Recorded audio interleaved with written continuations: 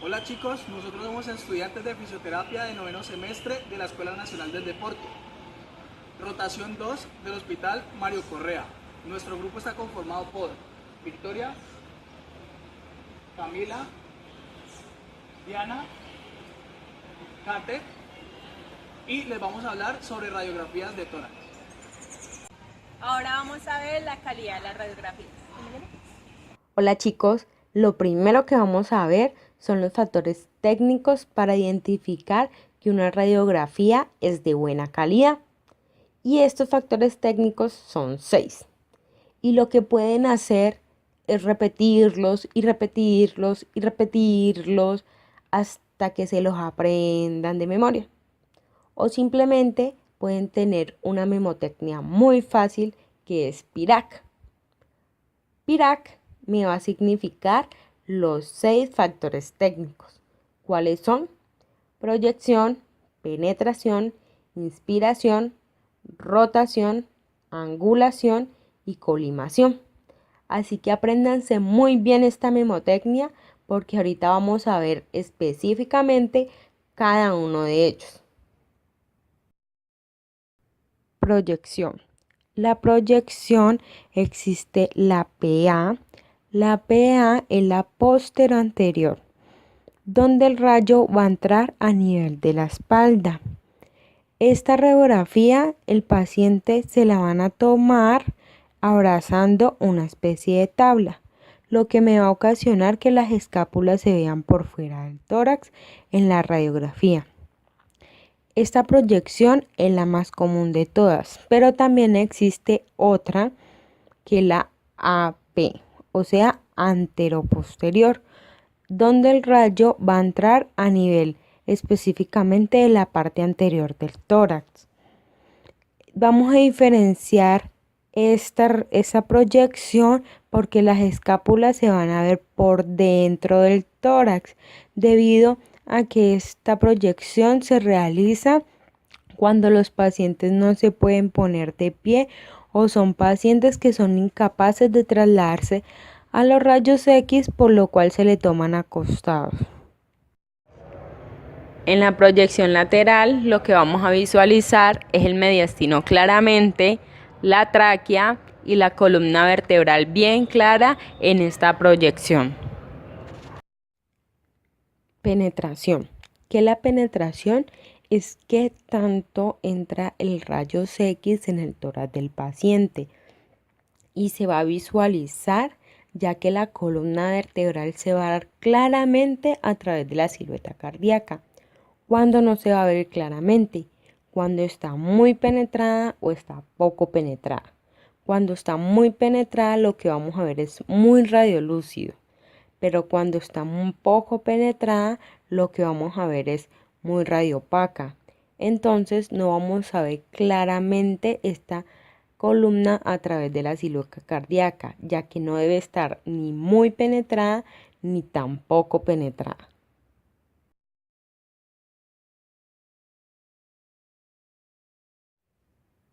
Inspiración. En la inspiración vamos a contar los arcos costales. Lo normal es que hayan 6 arcos costales anteriores y 10 arcos costales posteriores en los adultos. En los niños esto cambia. En los niños siguen habiendo 6 arcos costales anteriores, pero los arcos costales posteriores ya no son 10, sino que son 8 arcos posteriores para los niños. Rotación. En la rotación lo que vamos a ver es la distancia entre la clavícula y la apófisis espinosa de la misma, o sea, la que está alineada con la clavícula. Lo que debemos encontrar normalmente es que esta distancia sea igual tanto para el lado derecho como para el lado izquierdo. Si el paciente al momento de la radiografía realiza algún movimiento, entonces esta radiografía me va a salir rotada, lo que me va a ocasionar que un espacio esté mucho menor que el otro.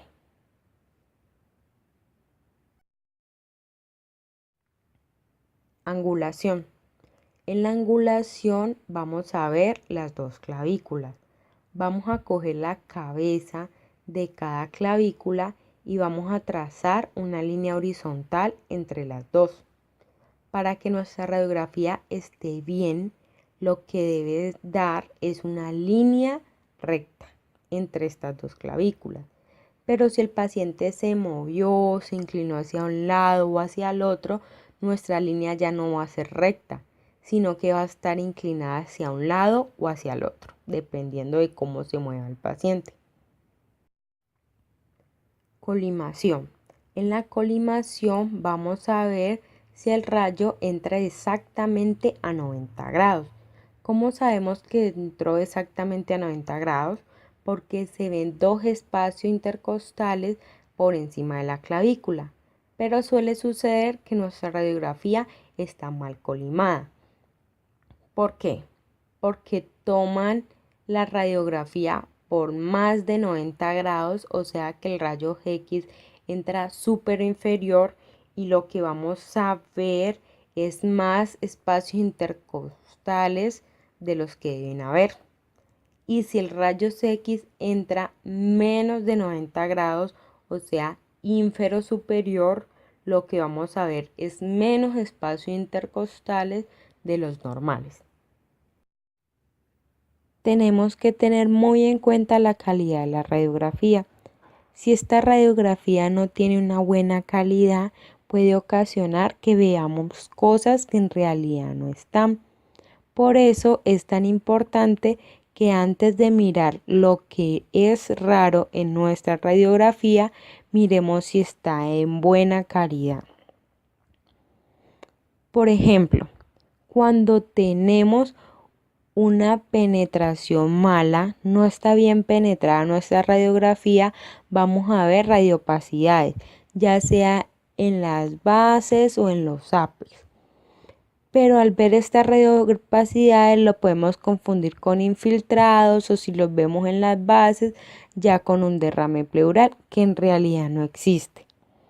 También si nuestra radiografía está mal inspirada, lo más probable es que nuestro corazón se vea mucho más grande, por lo cual nosotros vamos a sospechar de una cardiomegalia.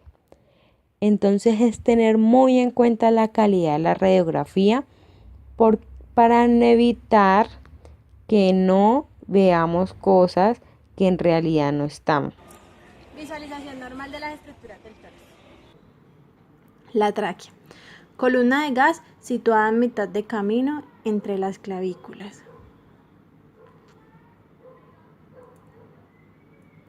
Espacios intercostales.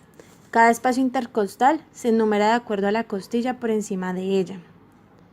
El ancho de los espacios intercostales se determina midiendo el grado del ángulo costovertebral en relación con las costillas posteriores, por lo que se debe realizar una línea en el lado del cuerpo de la vértebra y otra en el borde superior del arco costal.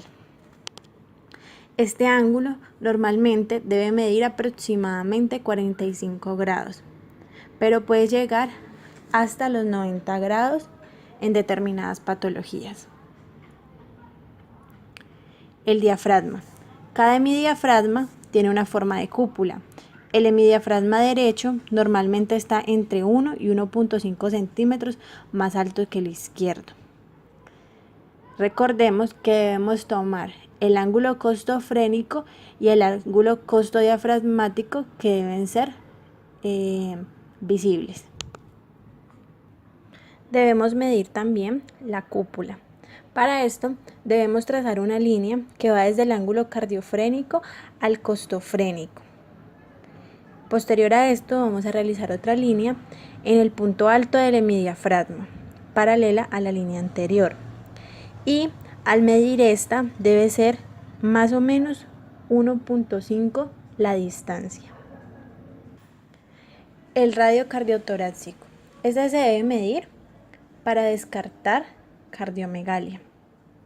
Para esto debemos trazar una línea en la parte más ancha de la silueta cardíaca. Esta será nuestra línea A.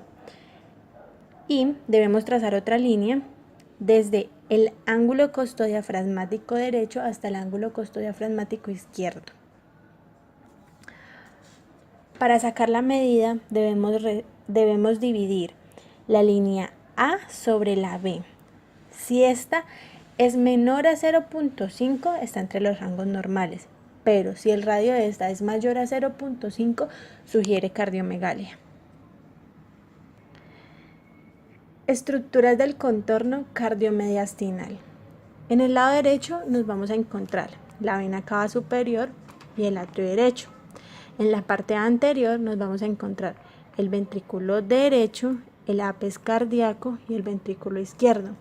Y en el lado izquierdo nos vamos a encontrar el ventrículo izquierdo, el atrio izquierdo, el tronco pulmonar y el botón aórtico.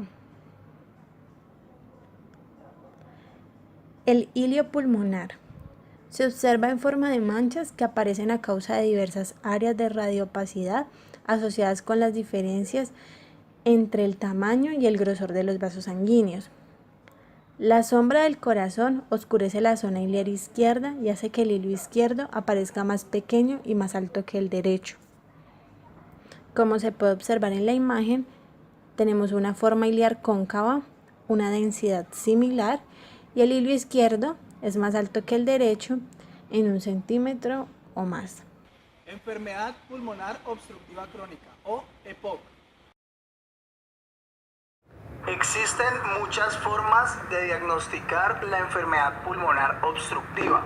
Una de ellas es la radiografía de tórax, donde se va a encontrar horizontalización de las costillas, corazón tubular o largo, tráquea en sable, atrapamiento de aire, aplanamiento del hemidiafragma, bulas que se caracterizan por atrapamiento de aire y radiolucidez sin trama vascular. Tuberculosis. La radiología es el método diagnóstico más sensible para la detención de la tuberculosis pulmonar. En la tuberculosis no existe un único tipo de lesión, sino que en general las sombras tuberculosas resultan de la combinación variable de infiltrados, nódulos, cavidades y procesos fibrosos retráctiles. Los infiltrados constituyen superficies pequeñas de bordes poco definidos, tenues, que reflejan el compromiso de las estructuras broncoalveolares. La confluencia de estas áreas originan zonas extensas de lesión radiológicamente visibles. Los nódulos son sombras redondeadas, pequeñas, de bordes algo más definidos que los infiltrados y de tamaño variable, en algunos milímetros y pocos centímetros. Las cavidades son imágenes claras, redondeadas, de tamaño variable, paredes finas, con o sin contenido y que traducen la distribución del pulmón. Por lo general, las cavidades se acompañan de otras lesiones a su alrededor o en otras zonas, infiltrados o nódulos. Neumotórax, patología caracterizada por aire en el espacio pleural. Entonces, como característica principal, encontraremos radiolucidez del lado del neumotórax. De aumento de los espacios intercostales. Visualización de la pleura visceral y la pleura parietal. El ángulo costofrénico se verá más radiolúcido. La radiolucidez se caracteriza por no tener trama vascular. Aplanamiento del hemidiafragma del lado del neumotórax. Neumonía. Condensación pulmonar. Resulta de procesos patológicos que ocasionan cambios en el contenido alveolar, normalmente lleno de aire, y que cambia por exudado, fibrina o algún elemento extraño. Manifiesta un estado de solidificación o aumento de la densidad del parénquima. El pulmón pierde sus características de colchón neumático. Infiltrados alveolares. Constituye la expresión radiológica más frecuente en las neumonías, representando la ocupación del espacio alveolar por diseminación a través de los canales de Lambert. Se manifiesta biológicamente como densidades algodonosas y homogéneas, de márgenes mal definidas cuando no están en contacto con la superficie pleural, respetando frecuentemente el volumen pulmonar afecto. Broncograma aéreo. Es un signo que se puede asociar a los infiltrados alveolares. Expresa la aireación de componentes de vía aérea fina en el espesor de la consolidación, es decir, se define por la visibilidad anormal del aire de los bronquios en toda la radioopacidad. Infiltrados intersticiales. Representa la afectación del intersticio pulmonar por el proceso inflamatorio, es decir, el espacio entre el alveolo y el capilar.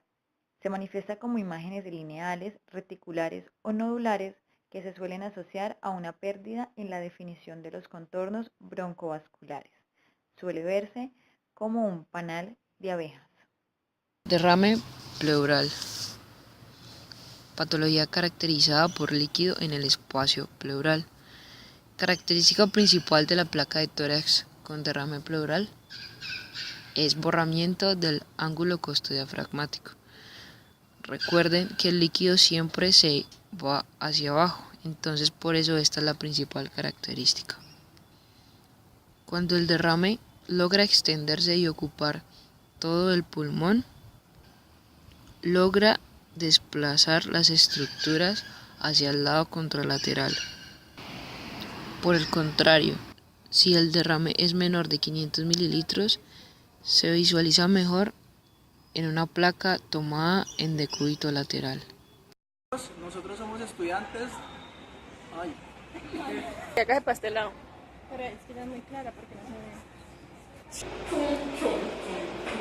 Bueno, esto fue todo. Muchísimas gracias. Espero pues que les haya gustado y les sirva. Hasta una próxima ocasión.